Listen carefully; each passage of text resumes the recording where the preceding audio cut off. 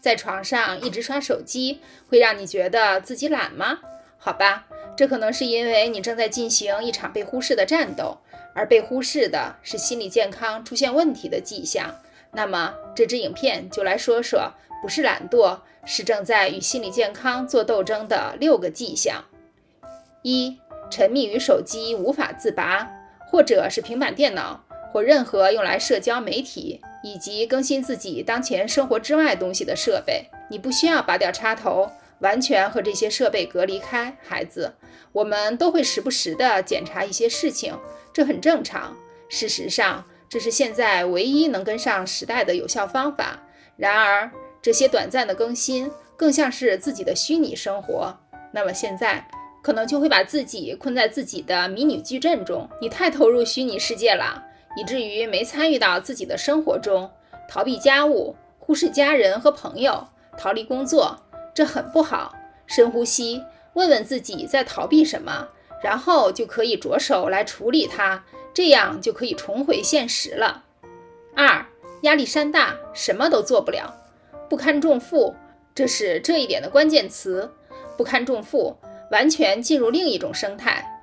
不堪重负就好比犯了一个常见的错误，需要把所有同时完成的工作都过一遍，然后因为工作量太大而把自己吓坏了，所以你的求生机制开始发挥作用，躲了起来，自己就像电脑蓝屏了一样崩溃了。在一个不错的团队里的时候就没事儿。我们大多数人都曾在不经意间把自己吓坏，就是我们想起什么事情和每件事情完成的时候，试着采取措施，观察一个步骤，看看它是如何引出下一个步骤的，不要试图一步登天。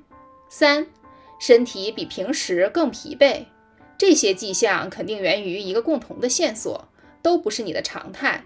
你可能有一份非常糟糕的工作，但你一直在做，即使你有点烦恼。现在会发现，除此之外你很累，即使睡了一整晚，而且整晚都不会出去或做别的什么事，但还是觉得好像已经1周没睡了。研究发现，患有抑郁症的人很可能会有非恢复性睡眠，这绝对不是一个有意识的选择，也许是时候求助心理医生了。4. 忽视个人卫生，无意评判谁的生活习惯，我们就专注于你的常态。我的意思是，我们中的一些人不可能每天都洗头，因为洗完需要4个小时才能干。这是一种比自己常态更不讲卫生的情况，只是没有做任何搞卫生的事情，不是因为想做一些有趣的事情，而是因为诸如没有什么意义的感觉在作祟。这就谈到了抑郁症，谁都不会真的想在床上躺平，暴露出抑郁状态，但真抑郁了，也无法鼓起勇气看到起床和洗澡的意义。5. 过度睡眠，记得吗？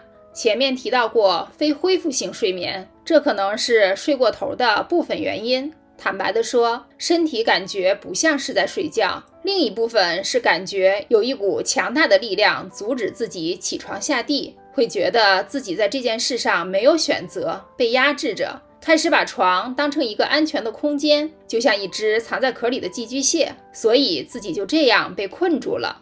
6. 很痛苦，好吧，那么这种神秘的疼痛从何而来呢？不，我们逃无可逃，它就会发生，这就是抑郁。患者的大脑里会充斥着很多自己没有意识到的事情。如果抑郁，会出现头疼、胃痛、恶心和痉挛。是的，真的会出现痉挛，那些疼痛感受器被激发，这都是因为大脑对抑郁做出了反应。如果发生了什么有趣的事，疼痛也不会奇迹般的消失，让患者完全恢复正常。这些都不是懒惰，这是心理健康需要关注。对一个人妄下定论说懒有待商榷，这本身也是一种懒。这种诋毁是在不理解为什么有些事情没有被做的情况下被抛出的。忽视医学问题也是有害的，忽视寻求适当的治疗，就像从一个江湖郎中那里拿到一个糟糕的诊断。所以无论如何，在强迫自己去做这件事之前，给自己一点休息的时间，过一遍必做事项清单，对自己诚实，确保得到了自己需要的照顾。记住，我们都应该得到需要的帮助。对于这个话题，你有什么看法？欢迎在下面的评论区留下您的观点，记得订阅我们的频道并开启小铃铛，这样无论什么时候我们发布新影片，您都能收到通知。参考文献在资讯栏。感谢收看，下支影片不见不散。